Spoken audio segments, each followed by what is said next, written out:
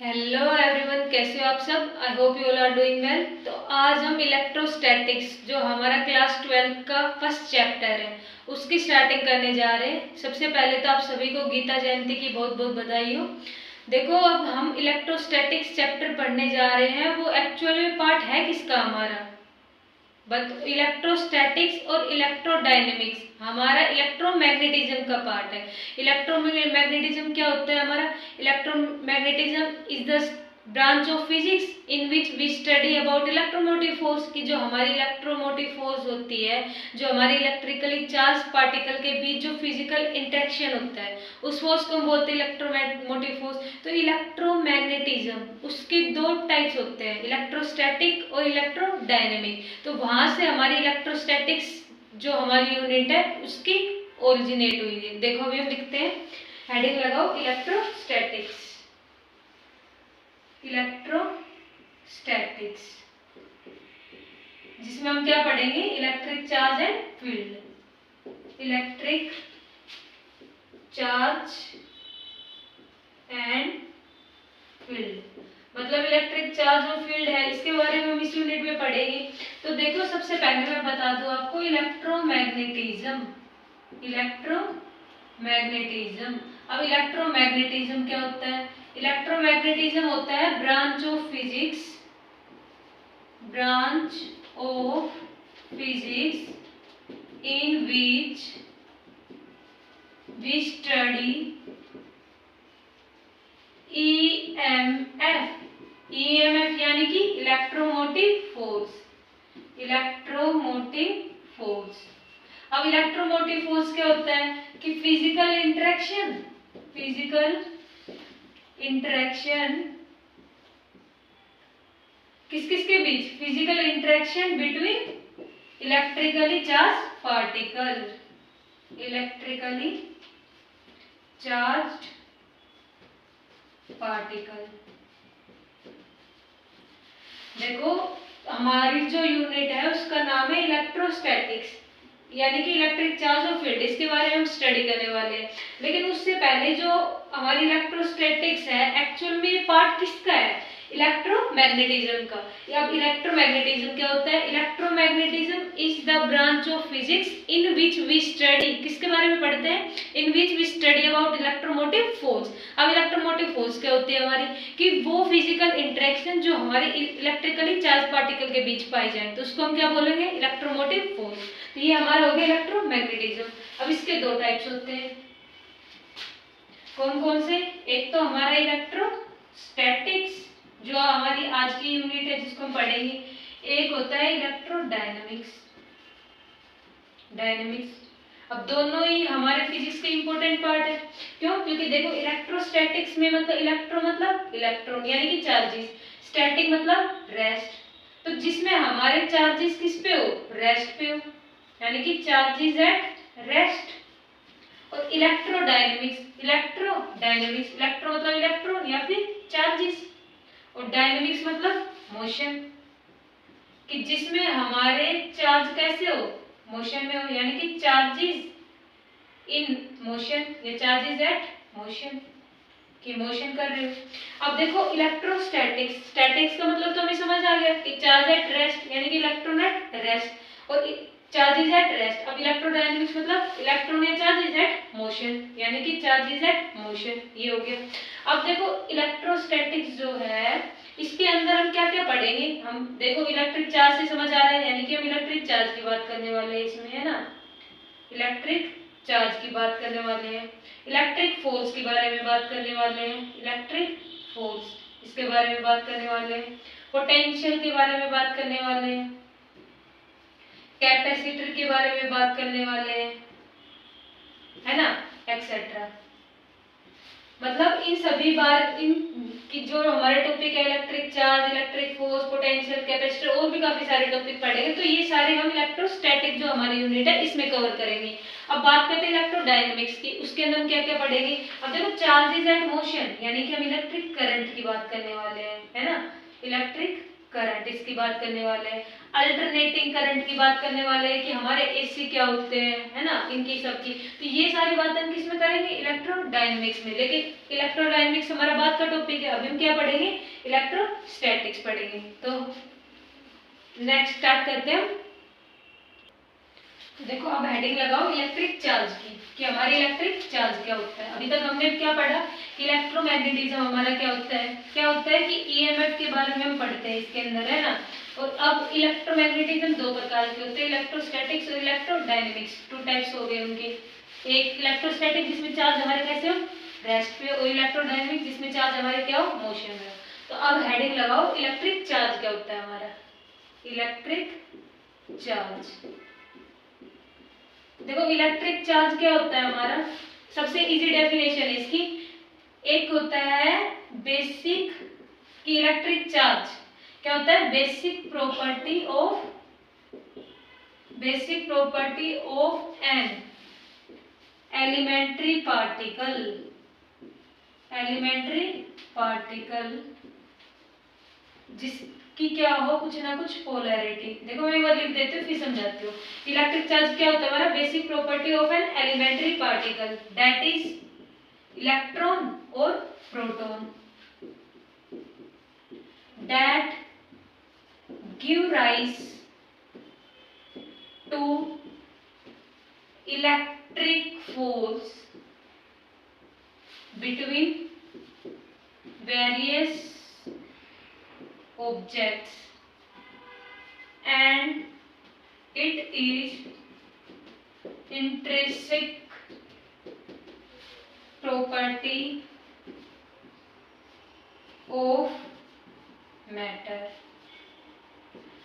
देखो अब हमने क्या पढ़ा है, इलेक्ट्रिक चार्ज क्या डेफिनेशन लिखी है कि basic property of elementary particle, कि एलिमेंट्री पार्टिकल की बेसिक प्रॉपर्टी। अब एलिमेंट्री पार्टिकल कौन सा पार्टिकल, जिसकी कुछ ना कुछ पोलैरिटी हो। पोलैरिटी मतलब सेपरेशन ऑफ चार्जेस, या तो उसमें पॉजिटिव चार्ज या फिर उसमें नेगेटिव चार्ज हो। जैसे मैंने एग्जांपल भी लिखे हैं, दैट इज इलेक्ट्रॉन और प्रोटॉन, कि इलेक्ट्रॉन और प्रोटॉन हो गए। That give rise to electric force between various objects and it is intrinsic property of matter.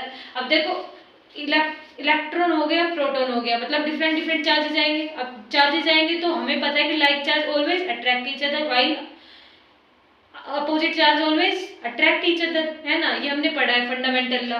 तो अब देखो उससे क्या होता है कि वेरियस ऑब्जेक्ट के बीच इलेक्ट्रिक फोर्स अराइज हो जाती है, कि इलेक्ट्रिक फोर्स होगी, चार्ज क्रिएट हो गया तो, and it is intrinsic property of matter. Intrinsic property मतलब लास्ट प्रॉपर्टी होती है, लास्ट फंडामेंटल प्रॉपर्टी, मतलब उसको हम फर्दर और रिसर्च नहीं कर सकते। जैसे एग्जांपल क्या हो गया हमारे, चार्ज हो गया और मास हो गया, ये हमारी क्या होती है, फंडामेंटल प्रॉपर्टी होती है। चार्ज और मास मतलब इनको हम फर्दर क्लासिफाई नहीं कर सकते इंडिपेंडेंटली, ये हमारी लास्ट प्रॉपर्टी होती है, इन पे फर्दर रिसर्च नहीं की जा सकती।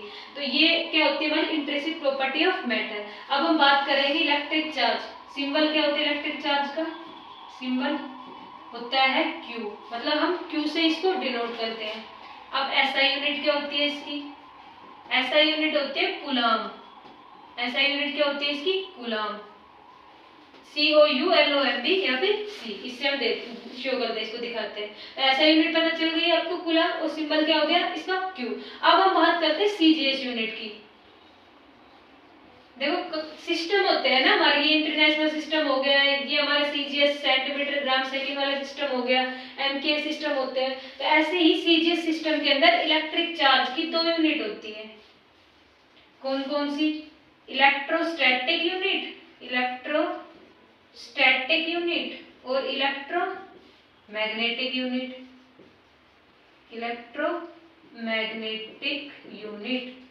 यानी कि EMU शॉर्ट में लिख सकते हैं हम इसको, और इसको क्या लिख सकते हैं हम ऐसे ही ESU। इतना समझ में आया कि CGS सिस्टम में हमारे इलेक्ट्रिक जो चार्ज है उसकी दो यूनिट होती है, एक तो इलेक्ट्रोस्टैटिक यूनिट और एक इलेक्ट्रोमैग्नेटिक यूनिट। अब इलेक्ट्रोस्टैटिक यूनिट के अंदर हमारा एक कूलम चार्ज 1C कितने कूलम के इक्वल होता है, मतलब कितने चार्ज के इक्वल होता है, स्टैटिक कूलम के 3 × 10⁻⁹ स्टेट कूलम। समझ आया? मतलब कि हमारा 1 कूलम जो चार्ज होता है वो 3 × 10⁹ स्टेट कूलम इतने चार्जेस के इक्वल होता है।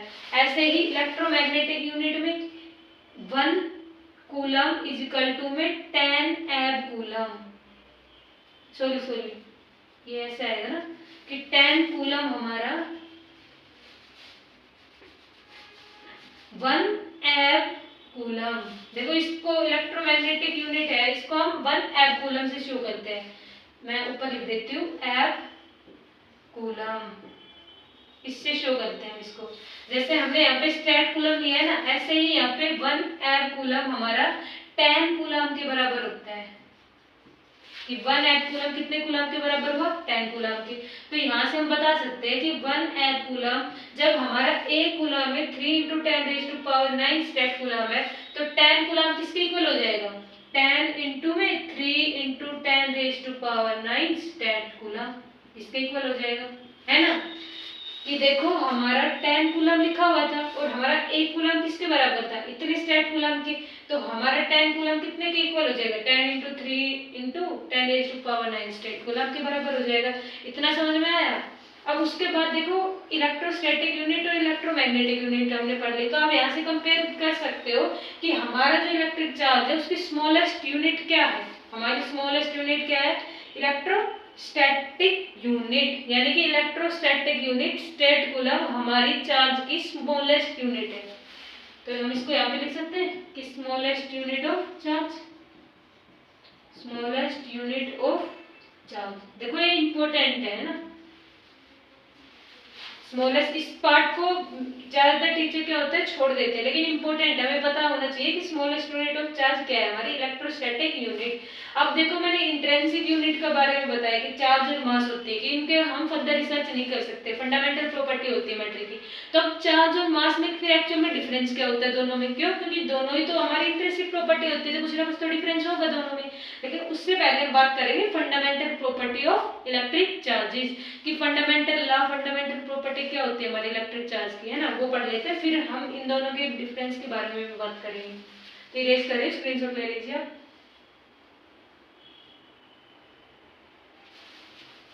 इरेज कर रही हूँ मैं।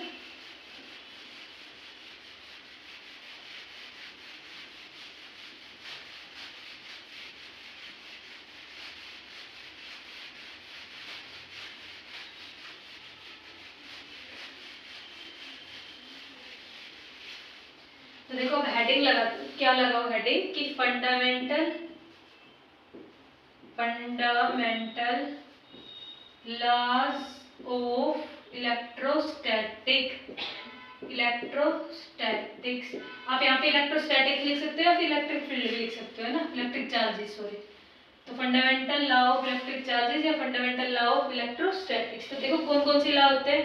फर्स्ट लॉ क्या होता है हमारा कि जो लाइक चार्जेस होते हैं हमारे, वो हमेशा क्या करते हैं? रिपेल करते हैं ईच अदर, यानी कि फर्स्ट लॉ। हेडिंग लगाओ फर्स्ट लॉ। फर्स्ट लॉ क्या है कि like charges always repel each other, की सेम चार्जेस हमेशा एक दूसरे से दूर भागते हैं ना। असली जो हमारी लाइफ है उसमें भी हम देख सकते हैं, रियल लाइफ एग्जांपल ले सकते हैं कि जो सेम जेंडर है वो अपोजिट जाते हैं ना। तो ऐसे ही like charges always repel each other, मतलब आसपास के एग्जांपल से रिलेट होकर पढ़ना है फिजिक्स को, तो ज्यादा समझ आएगा, है ना। तो like charges always repel each other, यानी कि मान लो पॉजिटिव चार्ज है तो आपस में एक दूसरे से दूर जाएंगे। अब एक दूसरे से दूर जाएंगे, इसका मैग्नीट्यूड मान लो Q1 चार्ज है इसके पास Q2 चार्ज है, तो Q1 Q2 चार्ज का मैग्नीट्यूड हमेशा 0 से बड़ा आएगा, है ना। क्यों? क्योंकि देखो एक इसका भी पॉजिटिव इसका भी पॉजिटिव, एक दूसरे से दूर जा रहे हैं तो क्या होएगा? सम हो जाएगा दोनों का, है ना, दूर जा रहे हैं। अगर मान लो अब सेकंड लॉ है, उसमें बताती हूँ आपको। सेकंड लॉ उसमें क्या होएगा कि opposite charges always attract each other. ये तो सृष्टि का विधान है ना। Opposite charges always attract each other, कि देखो एक मान लो नेगेटिव चार्ज हो गया, एक हो गया पॉजिटिव चार्ज, दोनों एक दूसरे की तरफ जाएंगे। अब इसका नेगेटिव मैग्नीट्यूड है, इस चार्ज का पॉजिटिव है, तो आपस में कैंसिल आउट होंगे, तो दोनों का प्रोडक्ट क्या होएगा, Q1 Q2 लेस देन 0। इतना समझ में आया। ये क्या है, ये मान लिया Q1, ये हो गया Q2, इसका नेगेटिव मैग्नीट्यूड था, उसका पॉजिटिव मैग्नीट्यूड था, तो दोनों का क्या आएगा, Q1 Q2 लेस देन 0। कितना सिंपल है समझने में, है ना। तो ये हमारे क्या हो गए, फंडामेंटल लॉ ऑफ इलेक्ट्रोस्टैटिक्स। अब इसके बाद हम क्या बात करेंगे, फंडामेंटल प्रॉपर्टीज की बात करेंगे। ये तो हमारे फंडामेंटल लॉ हो गए इलेक्ट्रोस्टैटिक। अब फंडामेंटल प्रॉपर्टीज क्या होती है हमारी, है ना, उसके बारे में बात करें। स्क्रीनशॉट ले लीजिए। देखो इतना समझ आया। अब हम नेक्स्ट पढ़ते हैं। देखो कुछ नहीं है, अगर हम एक दो बार अच्छे से ध्यान से पढ़ेंगे ना, बिल्कुल बेसिक से लेके चलेंगे। आज का लेक्चर हमारा बेसिक लेक्चर रहने वाला है, तो स्टार्टिंग से ही अच्छे से प्रॉपर फोकस के साथ न्यूमेरिकल भी साथ साथ प्रैक्टिस करेंगे तो बहुत अच्छे मार्क्स ला सकते हैं, है ना, अच्छे स्कोर कर सकते हैं फाइनल एग्जाम में। तो देखो हम बात करते हैं फंडामेंटल या basic property of electrostatics. Basic property of electrostatics कि जो हमारा इलेक्ट्रोस्टैटिक्स है उसमें हम बेसिक प्रॉपर्टी की बात करेंगे। तो तीन बेसिक प्रॉपर्टी की बेसिकली आज हम बात करने वाले हैं। एक है एडिटिविटी ऑफ इलेक्ट्रिक चार्जेस, एक है क्वांटाइजेशन ऑफ इलेक्ट्रिक चार्जेस, और थर्ड वन क्या है हमारा, कंजर्वेशन ऑफ इलेक्ट्रिक चार्जेस। तो तीनों है क्या एक्चुअल में, तो हम डिटेल से अभी पढ़ेंगे। तो फर्स्ट लगाओ आप heading additivity of electric charges. Additivity of electric charges कि जो हमारे इलेक्ट्रिक चार्ज होते हैं उनकी एक एडिटिविटी प्रॉपर्टी होती है। अब ये प्रॉपर्टी क्या होती है कि according to this property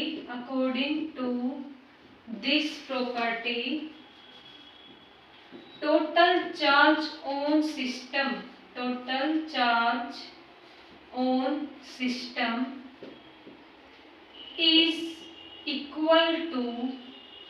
is equal to sum of all charges at different points on that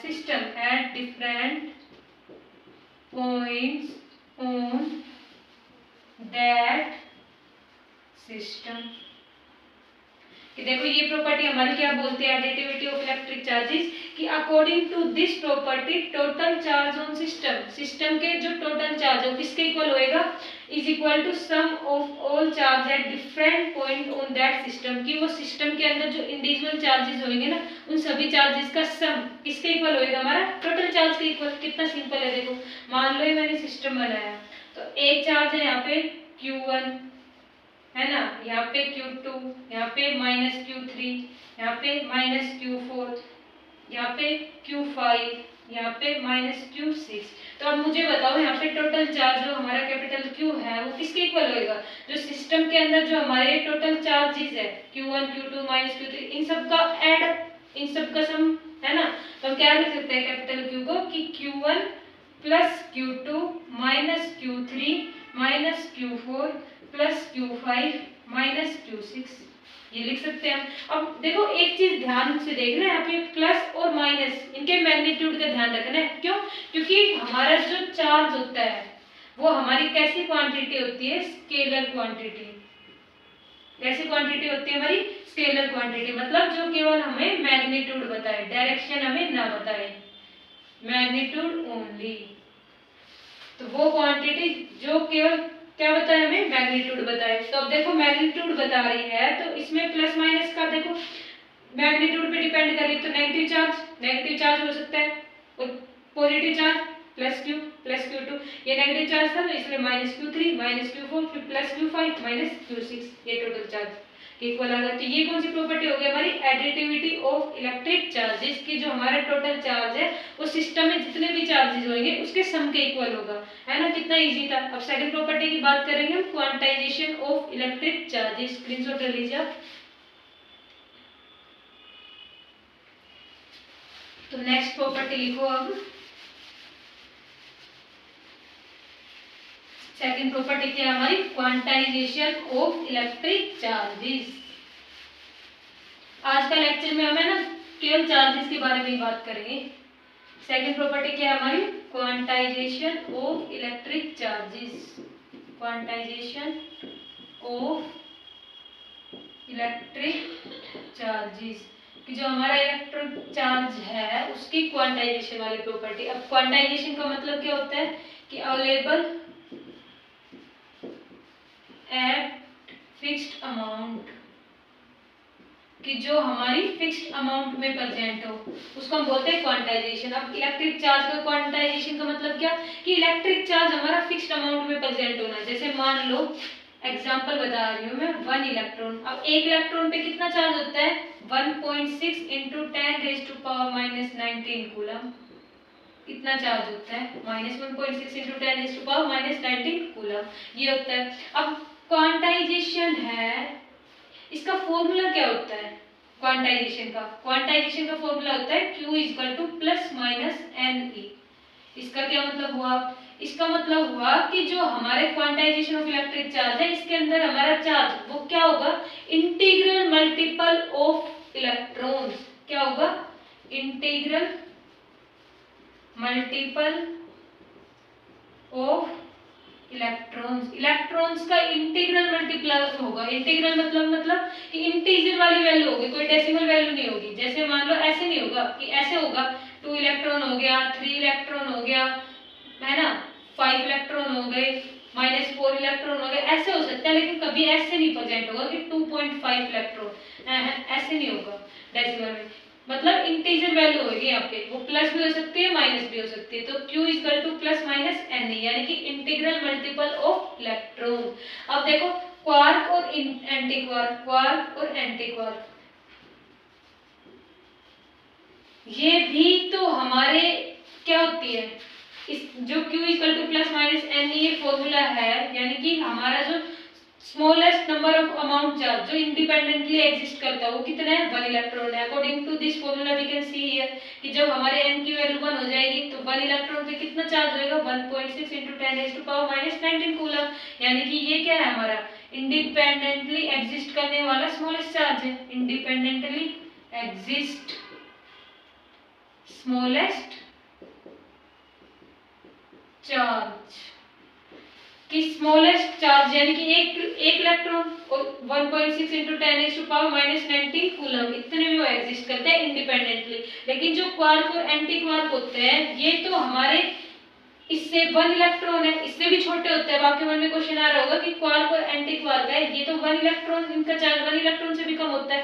तो ये क्या स्मॉलेस्ट चार्ज, हमने इसको क्यों माना फिर 1 इलेक्ट्रॉन को? वो इसलिए माना क्योंकि क्वार्क और एंटी क्वार्क इंडिपेंडेंटली एग्जिस्ट नहीं करते, इंडिपेंडेंटली एग्जिस्ट नहीं करते, क्रॉस इंडिपेंडेंटली एग्जिस्ट नहीं करते, जबकि ये हमारे इंडिपेंडेंटली एग्जिस्ट करते हैं। 1 electron -1.6 into 10⁻⁻19 coulomb.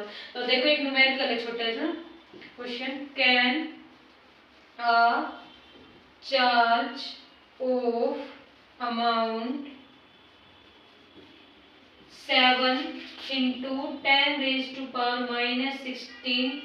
be given to a body। देखो आप कर सकते हो, भी क्वेश्चन कितना इजी क्वेश्चन है कि can a charge of amount 7 into 10⁻⁻16 be given to a body। क्या इतना चार्ज हम किसी बॉडी को दे सकते हैं? और वो तो Q की वैल्यू पे डिपेंड करेगा कि जो हमारा फाइनल आंसर आ रहा है क्या वो इंटीग्रल मल्टीपल ऑफ इलेक्ट्रॉन आ रहा है नहीं आ रहा। तो देखो सोल्व करते हैं इसका सॉल्यूशन। अब हमें पता है कि Q क्या होता है हमारा +-NE, ये होता है +-NE, है ना। अब Q की वैल्यू कितनी गिवन है, 7 इंटू 10⁻⁻16 हमें गिवन है, इजिकल टू में n की वैल्यू हमें निकालनी है। इलेक्ट्रॉन का चार्ज कितना होता है 1.6 इंटू 10⁻⁻19 कूलम होता है हमारा चार्ज। यहाँ पे कूलम आएगा ना, यूनिट का ध्यान रखना है हमेशा, है ना, मार्क्स कट जाएंगे वरना। तो अब देखो हम इसको सोल्व कर सकते हैं कि 7 इंटू में 10⁻⁻16 अपॉन में 1.6 इंटू में 10⁻⁻19, इसको सोल्व करोगे आप, सोल्व करने पे क्या आएगा,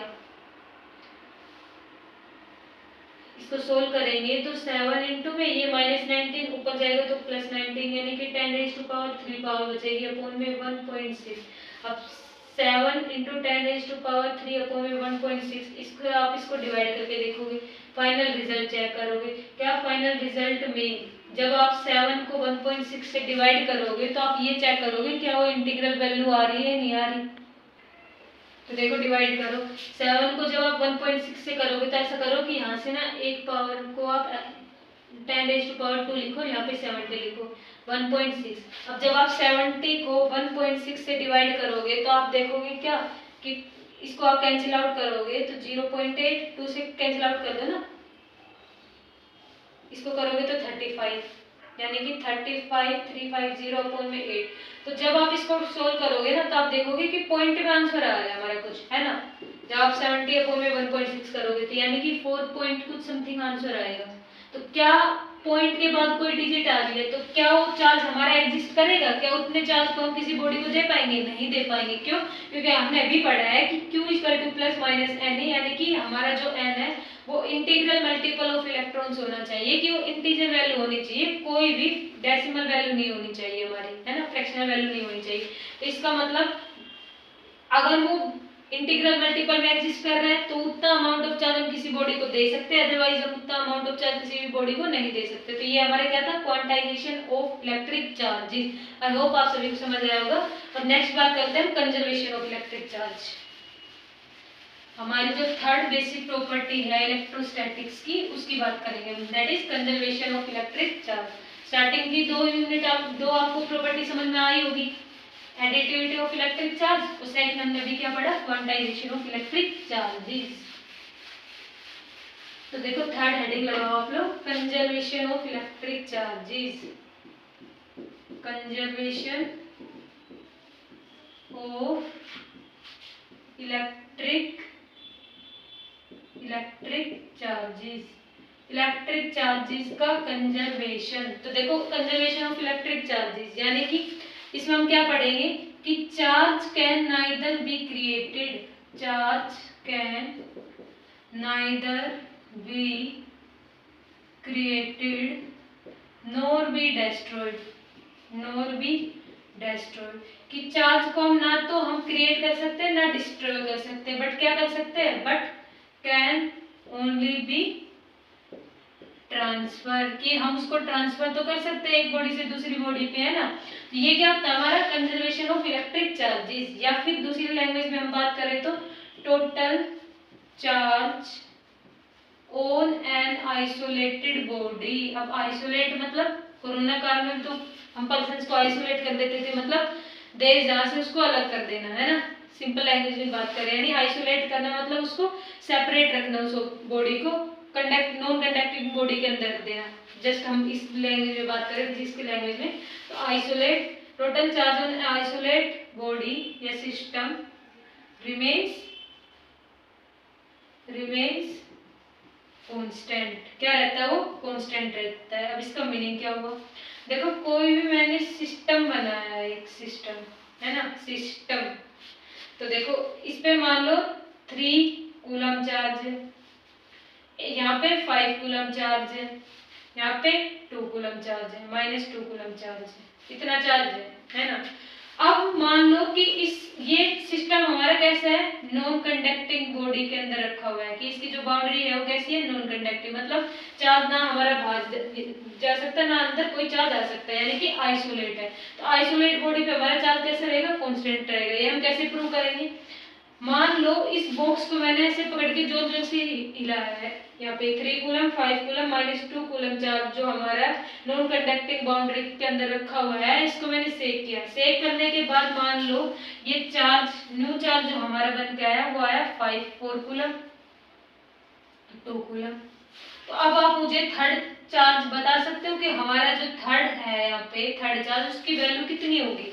तो आप बिल्कुल आसानी से बता सकते हो, क्यों, क्योंकि मैंने अभी बताया कि total charge on isolate body remains constant, कि वो कांस्टेंट रहता है। आपने सेक कर लिया तो कोई फर्क नहीं पड़ेगा, इनका जो वैल्यू है वो, हाँ हो सकता है कि यहाँ पे 3 कूलम चार्ज गैदर था, यहाँ पे 5 कूलम, यहाँ पे -2 कूलम, वो वैल्यू चेंज हो सकती है, लेकिन जो नेट चार्ज है पूरे सिस्टम पे वो तो उतना ही रहेगा जितना पहले था। तो कैसे पता लगाएंगे हम, देखो 3 कूलम प्लस में 5 कूलम माइनस का 2 कूलम किसके इक्वल होगा, 4 कूलम प्लस में 2 कूलम प्लस में इसको हम x मान लेते हैं, x के। तो यहाँ से हम पता लगा सकते हैं कि 5 और 3 8 -2 6 कूलम। यहाँ पे हम पता लगा सकते हैं 4 कूलम प्लस में 2 कूलम यानी कि 6 कूलम। तो x की वैल्यू क्या होगी यहाँ पे, 6 कूलम प्लस में x, तो x की वैल्यू क्या होगी यहाँ पे 0, यानी कि यहाँ पे कोई चार्ज आएगा ही नहीं। तो ऐसे आप पता लगा सकते हो ना कि जो हमारा जो नेट चार्ज है सिस्टम पे वो कितना है। तो ये प्रॉपर्टी कौन सी होती है हमारी, कंजर्वेशन ऑफ इलेक्ट्रिक चार्जेस, कि हम चार्ज को ना तो क्रिएट कर सकते हैं ना हम उसको डिस्ट्रॉय कर सकते हैं, लेकिन ट्रांसफर तो कर सकते हैं, है ना। और टोटल चार्ज आइसोलेट बॉडी पे कैसा रहता है हमारा, कांस्टेंट रहता है। अब हम नेक्स्ट बात क्या करेंगे, अब हम पढ़ेंगे जो हमारा इलेक्ट्रिक चार्ज है उसके बीच और हमारा मास उसके बीच क्या डिफरेंस है। तो what is the difference between electric charge and mass. So let's study now difference between electric charge and mass. I hope इतना आपको समझ में आया होगा, क्योंकि बिल्कुल जितना इजी लैंग्वेज हो सकता था उतनी इजी लैंग्वेज में बताया आप सभी को चार्जेस की प्रॉपर्टीज, चार्ज के बारे में। तो देखो नेक्स्ट क्या है हमारा, इलेक्ट्रिक चार्ज और मास के बीच डिफरेंस। इलेक्ट्रिक चार्ज और हमारा क्या है मास, उसके बीच डिफरेंस। देखो पहला तो डिफरेंस कितना इजी है, इलेक्ट्रिक चार्ज हमारा पॉजिटिव भी हो सकता है, नेगेटिव भी हो सकता है, न्यूट्रल भी हो सकता है, यानी कि पॉजिटिव, नेगेटिव और न्यूट्रल। कि जो हमारा इलेक्ट्रिक चार्ज है उसकी वैल्यू पॉजिटिव भी हो सकती है, नेगेटिव भी हो सकती है और न्यूट्रल भी हो सकती है वो बॉडी। लेकिन क्या मास हमारा नेगेटिव में होता है, कभी सुना है -5 kg, -10 kg? नहीं, हमेशा हमारा मास क्या होता है, पॉजिटिव। तो एक डिफरेंस तो ये हो गया। दूसरा डिफरेंस क्या होता है कि इलेक्ट्रिक चार्ज, अगर कोई चार्ज बॉडी है तो उसके पास ये जरूरी है कि कुछ ना कुछ उसके पास मास होगा, यानी कि electric charge body must have some mass। कि हमारी इलेक्ट्रिक चार्ज बॉडी होगी, अब कोई ऑब्जेक्ट है एटम से बना होता है तो उसका कुछ ना कुछ तो मास होगा, तो electric charge body must have some mass. लेकिन क्या ये जरूरी है कि कोई ऑब्जेक्ट के पास मास हो लेकिन उस पर चार्ज हो? नहीं, ऐसा तो नहीं हो सकता। कि उसके पास मास तो हो लेकिन ऐसा जरूरी नहीं ना कि उसके पास इलेक्ट्रिक चार्ज भी प्रेजेंट हो। तो यहाँ पे क्या आएगा कि not necessary for a body to have electric charge। कि किसी भी बॉडी के लिए नेसेसरी नहीं है कि उसके पास इलेक्ट्रिक चार्ज भी प्रेजेंट हो। तो देखो दो डिफरेंस तो कितने इजी थे कि ये हमारा पॉजिटिव, नेगेटिव, न्यूट्रल हो सकता है, वो हमारा पॉजिटिव रहेगा। इसमें इलेक्ट्रिक चार्ज कोई बॉडी है इलेक्ट्रिकली चार्ज तो उसके पास मास तो होगा क्योंकि एटम से बनी हुई है वो, लेकिन यहाँ पे जरूरी नहीं है कि उसके पास इलेक्ट्रिक चार्ज भी हो। अब थर्ड प्रॉपर्टी क्या है कि इलेक्ट्रिक चार्ज को हम कंजर्व कर सकते हैं, है ना। अभी हमने पढ़ा कि electric charge can be conserve. Electric charge को हम क्या कर सकते हैं, कंजर्व कर सकते हैं। लेकिन क्या हम मास को कंजर्व कर सकते हैं? नहीं, क्योंकि कुछ मास एनर्जी के रूप में लॉस हो जाता है। जब हम रनिंग भी करते हैं तब भी तो हमारा मास, अब देखो इफेक्ट होता है। तो यहाँ पे मास शॉर्ट में लिख रही हूँ मैं, नॉट कंजर्व, कि हमारा कंजर्व नहीं रहता। नेक्स्ट हम क्या बात करेंगे कि इलेक्ट्रिक चार्ज को हम क्या कर सकते हैं, क्वांटाइज कर सकते हैं, है ना। Electric charge can be quantized. Electric charge को हम क्या कर सकते हैं, क्वांटाइज कर सकते हैं, फिक्स्ड अमाउंट में हम अवेलेबल करा सकते हैं इसको इलेक्ट्रिक चार्ज को। अभी हमने पढ़ा इंटीग्रल मल्टीपल ऑफ इलेक्ट्रॉन्स होता है, लेकिन क्या मास के केस में ऐसा होता है? नहीं। तो मास को हम क्या करते हैं, नॉट क्वांटाइज्ड। शॉर्ट में लिख रही हूँ, आप लोग लिख लीजिएगा, समझ आ गया होगा आपको ये बेसिक डिफरेंस। अब नेक्स्ट डिफरेंस क्या है कि वेलोसिटी के साथ क्या हमारी इलेक्ट्रिक चार्ज में कुछ चेंज आता है? नहीं आता। लेकिन मास में आता है, बिल्कुल आता है। क्यों? क्योंकि जब कोई भी बॉडी रन करती है तो उसका मास इंक्रीज हो जाता है। कैसे पता हमें? हमने आइंस्टाइन का फॉर्मूला पढ़ा था क्या, कि m इक्वल टू में m0 अपॉन में √1 - b² अपॉन में c²। ये m0 क्या है? रेस्ट मास है बॉडी का, है ना, रेस्ट मास है। ये क्या है? वेलोसिटी ऑफ बॉडी की, कितनी वेलोसिटी से वो ऑब्जेक्ट भाग रहा है, दौड़ रहा है। c² क्या है? c क्या है हमारा? Speed of light. तो अब देखो कोई भी ऑब्जेक्ट है, हमारी बॉडी है और रन हो रही है, मतलब दौड़ रही है, हम इंसान ही मान लो कोई इंसान दौड़ रहा है तो उसका मास आप कभी भी देखना दौड़ते हुए इंसान को उसका मास बढ़ जाता है। कैसे बढ़ता है वो? क्यों? क्योंकि देखो एम नॉट उसका रेस्ट मास था, अपॉन में 1 माइनस बी स्क्वायर अपॉन में सी स्क्वायर। अब ये v की वैल्यू हमेशा c से काफी छोटी रहेगी। क्यों? क्योंकि हो सकता है वो इंसान 100 मीटर पर सेकंड की स्पीड से 50 मीटर पर सेकंड की स्पीड, ज्यादा से ज्यादा ही हुसैन बोल्ट होगा तो 150 मीटर पर सेकंड खूब वो बोला है, वरना इतना रन 50 मीटर पर सेकंड के हिसाब से भी बड़ी मुश्किल से दौड़ पाता है इंसान। तो कितना भी मान लो आप, लेकिन वो देखो c से छोटा ही होगा भी, और जब नीचे छोटे 1 माइनस उस यूनिट को करेंगे तो और भी छोटा आएगा। तो डिनोमिनेटर में छोटे डिजिट है तो m क्या होएगा हमारा? इंक्रीज होएगा। तो इसलिए हमारा m जो रनिंग बॉडी है उसका मास इंक्रीज हो जाता है रेस्ट मास ऑफ बॉडी से। लेकिन क्या यहाँ पे इफेक्ट होता है? नहीं। तो ये इसमें क्या लिखेंगे हम कि चेंजेस विद वेलोसिटी, कि वेलोसिटी के साथ ये क्या होता है? चेंज। तब क्या ये होता है? नहीं होता। सो यहाँ पे क्या आएगा? Note changes with velocity, note changes with velocity, ये वेलोसिटी के साथ चेंज नहीं होता। तो ये हमारे क्या थे? Difference between electric charge and mass. क्यों? क्योंकि हमने पढ़ा ना fundamental property, intrinsic property. Charge क्या होता है हमारा? इंट्रिंसिक प्रॉपर्टी पे बेस्ड होता है, मतलब लास्ट प्रॉपर्टी जिसको हम फर्दर रिसर्च ना कर पाए। तो हमने इलेक्ट्रिक चार्ज और मास के बारे में, दोनों के बीच क्या डिफरेंस होता है ये भी हमने भी पढ़ लिया। अब नेक्स्ट हम क्या पढ़ेंगे? नेक्स्ट हम पढ़ेंगे कि चार्जिंग, चार्जिंग हम कैसे कराते हैं। देखो चार्जिंग होता है क्या बेसिकली, कि the process of transfer of charge from one body to another body, कि एक बॉडी से दूसरी बॉडी में हम चार्ज को कैसे ट्रांसफर कराते हैं। अभी हमने पढ़ा था, क्या पढ़ा था हमने? 3 इसके मेथड होते हैं। चार्जिंग बाय रबिंग, जिसको हम फ्रिक्शन भी बोलते हैं ना, चार्जिंग बाय कंडक्शन और चार्जिंग बाय इंडक्शन। तो तीनों को हम बारी बारी से पढ़ लेते हैं, फिर हमारा चार्ज का जो कंसेप्ट है वो आज कंप्लीट हो जाएगा, जो हमारा बेसिक लेक्चर था। देखो मैं इरेज कर रही हूँ इसको।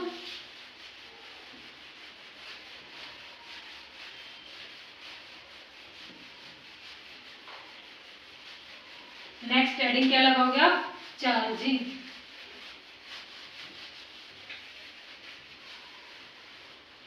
हेडिंग लगाओ चार्जिंग। चार्जिंग देखो, अब चार्जिंग क्या होता है कि process of transfer of charge, कि चार्ज का ट्रांसफर, यानी process of transfer of charge from one body to another body, from one body to another body, कि एक बॉडी से दूसरी बॉडी में चार्ज का ट्रांसफर क्या कहलाता है? हमारा चार्जिंग कहलाता है। अब कितने तरीकों से करते हैं हम? 3 तरीकों से करते हैं ना, तो बारी बारी से हम पढ़ेंगे। तो देखो सबसे पहले पढ़ते हैं charging by conduction, charging by conduction. अब चार्जिंग बाय कंडक्शन क्या होता है कि process of transfer of charge from a charge body to neutral body by putting the neutral body in contact with the charge body. इसमें हम क्या करते हैं? डायरेक्ट कांटेक्ट होता है इसमें, बेसिकली लिख लो ब्रैकेट में डायरेक्ट कांटेक्ट। कैसे? कि ये लाइन तो आप लिख लोगे ना कि प्रोसेस, अब लिख देती हूँ मैं, process of transfer of charge from one body, या ऐसे लिखो ना, process of transfer of charge from charge body to neutral body by keeping them closer, or by touching them। ये लिखो ना क्लोजर, तो फिर आप इसको हटा दो, बाय, ये लिखो बाय टचिंग देम, कि जब वो बॉडी आपस में दोनों बॉडी टच करेंगी तो जो न्यूट्रल बॉडी होगी उसके ऊपर चार्ज बॉडी का कुछ ना कुछ अमाउंट ऑफ चार्ज आ जाएगा। जैसे मान लो ये हमारी चार्ज बॉडी है, न्यूट्रल बॉडी है, ये क्या है? हमारी न्यूट्रल बॉडी। इस पे पहले कोई चार्ज नहीं था, ये हमारी चार्ज बॉडी। मान लो यहाँ पे माइनस प्लस ऐसे मान लो ना, सेपरेट हो चुके हैं ना चार्ज। मान लो पॉजिटिव चार्ज बॉडी है ये, है ना, पॉजिटिवली चार्ज बॉडी है, ये हमारी कैसी है? Neutral body. लेकिन लेकिन जब ये न्यूट्रल बॉडी चार्ज बॉडी की कांटेक्ट में आएगी तो क्या कुछ अमाउंट ऑफ पॉजिटिव चार्ज यहाँ से वहां पे नहीं चला जाएगा, बिल्कुल चला जाएगा, ट्रांसफर हो जाएगा। तो ये पॉजिटिव चार्ज यहाँ पे सेपरेट हो जाएगा। तो ये क्या हुआ कि चार्ज हमारा ट्रांसफर हुआ एक बॉडी से दूसरी बॉडी में। ये वाली चार्ज बॉडी थी, वो न्यूट्रल बॉडी थी, तो कुछ अमाउंट ऑफ चार्ज वहां पे चला गया। तो ये क्या होता है चार्जिंग बाय कंडक्शन, कि कंडक्शन के थ्रू हमने क्या करा है, ट्रांसफर ऑफ चार्ज करा है। नेक्स्ट क्या है हमारा, नेक्स्ट है चार्जिंग बाय रबिंग या फ्रिक्शन। चार्जिंग बाय रबिंग या फ्रिक्शन। अब देखो इसमें क्या होता है, अब इसमें मैं आप खुद लिख लेना वो लाइन कि process of transfer of charge from a body to a neutral body. कैसे, बाय रबिंग देम, कि जब दो सरफेस है, मान लो ये एक बॉडी है, ये दूसरी बॉडी है, अब इन दोनों सरफेस को मैं रब करूंगी ऐसे, तो क्या इनमें जो हमारा चार्ज है इलेक्ट्रिक चार्ज वो इंड्यूस होना स्टार्ट हो जाएगा, है ना। अब दोनों में इलेक्ट्रॉन है, वो जब हम इन दोनों सरफेस को रब करेंगे तो चार्ज इंड्यूस होएगा, चार्ज का फ्लो होगा। कैसे होगा कि इन दोनों के बीच में देखो काइनेटिक एनर्जी, जब हम इन दोनों सरफेस को ऐसे रब करेंगे तो क्या होगा कि काइनेटिक एनर्जी इन दोनों जो ऑब्जेक्ट है हमारा इनके बीच में क्रिएट हो जाएगी। अब काइनेटिक एनर्जी क्रिएट हुई तो काइनेटिक एनर्जी किस में कन्वर्ट होगी, थर्मल एनर्जी में, है ना। अब थर्मल एनर्जी क्रिएट हुई तो आप लोग मुझे ये बताओ कि जो हमारा आउटरमोस्ट सेल इलेक्ट्रॉन्स होता है, आउटरमोस्ट सेल इलेक्ट्रॉन क्या होएगा कि जब उसको थर्मल एनर्जी मिलेगी तो आउटरमोस्ट सेल इलेक्ट्रॉन अपनी सेल से दूसरी सेल में ट्रांसफर होएगा, है ना, एक्साइट होएगा। तो देखो थर्मल एनर्जी मिली तो आउटरमोस्ट सेल इलेक्ट्रॉन क्या होगा, outermost cell electrons transfer, outermost cell electron एक सेल से दूसरी सेल में चला जाएगा, है ना, दूसरे ऑब्जेक्ट पे चला जाएगा। तो देखो मान इसका बेस्ट एग्जांपल क्या होता है हमारा, ग्लास रोड और सिल्क क्लॉथ, ग्लास रोड और सिल्क क्लॉथ। कि देखो ग्लास रोड है ना, उसके पास पहले क्या होता है कि नेगेटिव पॉजिटिव चार्ज होता है, लेकिन जब हम इन दोनों को रब करते हैं ना तो जो ग्लास रोड का जो नेगेटिव चार्ज होता है, मान लो ये हमारी क्या है, ग्लास रोड है, और ये क्या है हमारा, सिल्क क्लॉथ है, कपड़ा है हमारा, है ना। तो जब हम ग्लास रोड और सिल्क क्लॉथ को दोनों को रब करेंगे तो ग्लास रोड के ऊपर का जो नेगेटिव चार्ज है वो कहाँ पे चला जाएगा, सिल्क क्लॉथ के ऊपर चला जाएगा। तो सिल्क क्लॉथ हमारे कैसे हो जाएगी, नेगेटिव, पॉजिटिव चार्ज किस पे बच जाएगा हमारा, ग्लास रोड पे बच जाएगा। इसका हम देखो बचपन में भी करते थे ना, पेपर हमने प्लास्टिक के स्केल वगैरह लेते थे, यहाँ पे सिर पे लगा के और फिर पेपर पे लगाते थे उसको, है ना। तो क्या होता था कि वो प्लास्टिक स्केल है उस पेपर पे चिपक जाता था, क्यों, क्योंकि हमारे यहाँ से इलेक्ट्रॉन जाते थे उस स्केल पे, इलेक्ट्रॉन से प्लास्टिक स्केल पे। अब इलेक्ट्रॉन का अपोजिट वाला जो पेपर का एटम है वो भी तो पॉजिटिव चार्ज है, वो उस पे जाके अट्रैक्ट हो जाएंगे, तो इसलिए वो चिपक जाते थे। या फिर हमने बैलून वगैरह लेते थे तो क्या होता था, बैलून को हम फुलाते, बैलून को रब करते, दीवार पे चिपकाते थे, चिपक जाता था 2-3 सेकंड के लिए। तो ये सारे किसके एग्जाम्पल है हमारे, ये हमारे चार्जिंग बाय रबिंग के एग्जांपल है। यानी कि फ्रिक्शन क्रिएट होके क्या हुआ, काइनेटिक एनर्जी थर्मल एनर्जी में क्रिएट हुई, आउटरमोस्ट सेल इलेक्ट्रॉन ऐसे हमारे ट्रांसफर हो जाते हैं। एग्जांपल ग्लास रॉड और सिल्क क्लॉथ, और भी बहुत सारे एग्जांपल होते हैं, बुक में देख लेना। अब नेक्स्ट बात करते हैं हम लास्ट किसकी, चार्जिंग बाय इंडक्शन। देखो ये ध्यान से समझना है ना, charging by induction, charging by induction. देखो इंडक्शन क्या होता है कि process of transfer of charge from a charge body to a neutral body by keeping the neutral body closer to the charge body. मतलब हम इसमें क्या करते हैं, इनडायरेक्ट कांटेक्ट करते हैं।